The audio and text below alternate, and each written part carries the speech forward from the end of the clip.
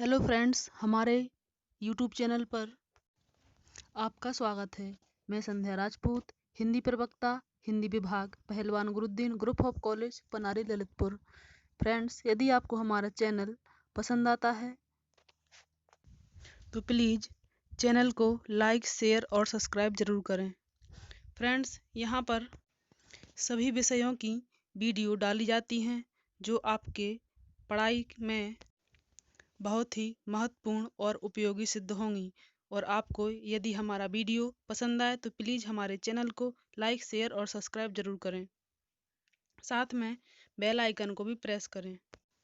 तो फ्रेंड्स, आज का हमारा टॉपिक है हिंदी साहित्य में हिंदी कथा साहित्य का इतिहास। और जो महत्वपूर्ण टॉपिक है वह है कहानी के तत्व। यह टॉपिक बहुत ही महत्वपूर्ण है और परीक्षा में प्रत्येक वर्ष पूछा जाता है। तो कहानी के तत्वों में सबसे पहले हम जानेंगे कहानी कला के मर्मज्ञों ने इनकी संरचना के तत्व निर्धारित किए हैं जो निम्न प्रकार हैं। पहला, कथावस्तु, यानी इसके 6 तत्व होते हैं। पहला, कथावस्तु। दूसरा, पात्र या उनका चरित्र चित्रण। तीसरा, कथोपकथन।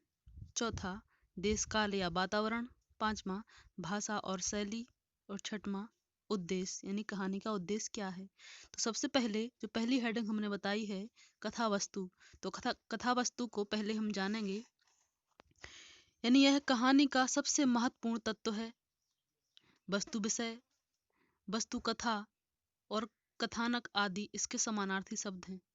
अंग्रेजी के प्लॉट तथा थीम शब्द इसी के पर्यायवाची हैं। इस तत्व में कहानीकार अपने जीवन के अनुभवों को प्रस्तुत करता है। कथावस्तु को घटनाओं का आलेख भी कह सकते हैं, क्योंकि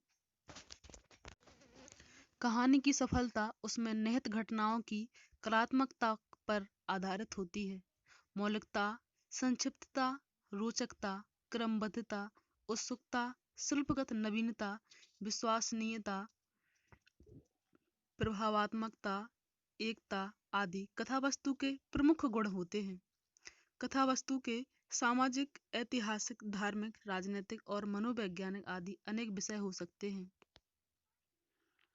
तो दोस्तों, विकास की 5 परिस्थितियां होती हैं। पहला आरंभ, फिर आरोह, फिर अवरोह, चरम सीमा और अंत।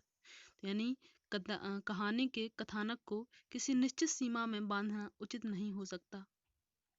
आज कहानी कला इतनी अधिक विकसित हो गई है कि उसने कथानक के महत्व को भी नकार दिया है। ऐसी कहानियों में कथानक अत्यंत गौण हो जाता है।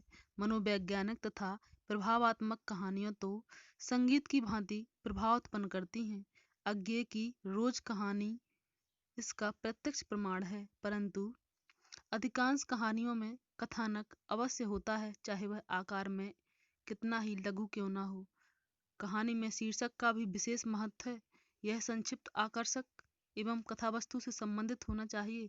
शीर्षक ऐसा हो जिससे पाठक कहानी पढ़ने के लिए उत्सुक हो जाए, तभी उसे सफल शीर्षक कहा जा सकता है। तो दोस्तों, अभी हमने पहली हेडिंग को जाना, कथावस्तु। कथावस्तु का मतलब होता है पूरे पाठ का सारांश इसी कथावस्तु में, यानी उसका सारांश आ जाता है। इसके बाद दूसरी हेडिंग जो हमने बताई है वो है चरित्र चित्रण। तो चरित्र चित्रण के अंतर्गत देखेंगे कथावस्तु के बाद कहानियों में पात्र और उनके चरित्र चित्रण का महत्वपूर्ण स्थान है। एक अच्छा कहानीकार अपनी कथावस्तु में घटनाओं और दृश्यों के अनुकूल ही पात्रों की रचना करता है तथा उनके चरित्र का विकास करता है। बाबू गुलाब राय ने कहानी में चरित्र चित्रण के महत्व पर प्रकाश डालते हुए कहा है कि आजकल कथानक को उतना महत्व नहीं दिया जाता जितना कि चरित्र और चित्रण को और उसकी अभिव्यक्ति को। चरित्र चित्रण का संबंध पात्रों से है। कहानी में पात्रों की संख्या कम से कम होती है। कहानी में पात्रों के चरित्र का पूर्ण विकास क्रम नहीं दिखाया जाता, वरन प्रायः बने बनाए चरित्र के ऐसे अंश पर प्रकाश डाला जाता है जिसमें व्यक्ति का व्यक्तित्व झलक उठे। दोस्तों, ये शब्द थे बाबू गुलाब राय के।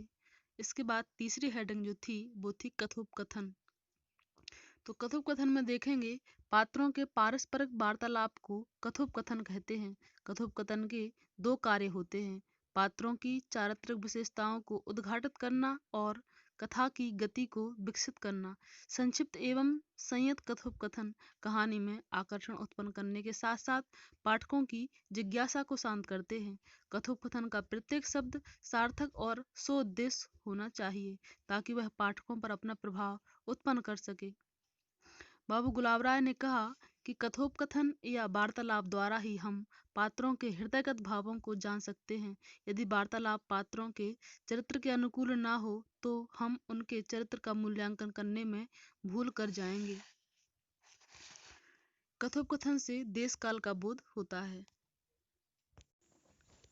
तो कथोपकथन के प्रमुख भेद इस प्रकार हैं: नाटकीय, भावात्मक, सांकेतिक, व्यंग्यात्मक और मनोवैज्ञानिक। प्रेमचंद की कहानियों के कथोपकथन प्रायः नाटकीय होते हैं क्योंकि वे पात्रों के वार्तालाप में अपनी ओर से कुछ नहीं जोड़ते।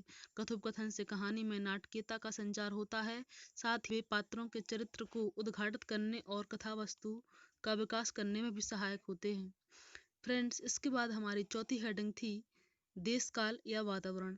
तो कहानी को सजीव एवं स्वाभाविक बनाने में देश काल या वातावरण का सर्वाधिक महत्व है। प्रत्येक कहानी में किसी स्थान, समय और परिस्थिति का चित्रण होता है। इसी चित्रण को वार्तालाप की संज्ञा प्रदान की जाती है। सफल वातावरण पाठक के मन पर संवेदनात्मक प्रभाव डालता है। डॉक्टर लक्ष्मी नारायण लाल ने इस संबंध में लिखा है कि वास्तविक जीवन देश काल और जीवन की विभिन्न सत असत परिस्थितियों से निर्मित होता है। इसलिए इन तत्वों का एक स्थान पर संचयन और चित्रण करना कहानी में वार्तालाप उपस्थित करता है। कहानी की कथावस्तु और उसके संचालक पात्रों का संबंध उक्त स्थितियों से होता है। कहानी में देश काल और वातावरण का चित्रण सरल संक्षिप्त पात्रों की मानसिक परिस्थितियों के अनुकूल होना चाहिए। वातावरण का अत्यधिक विस्तार कहानी में शिथिलता उत्पन्न कर देता है।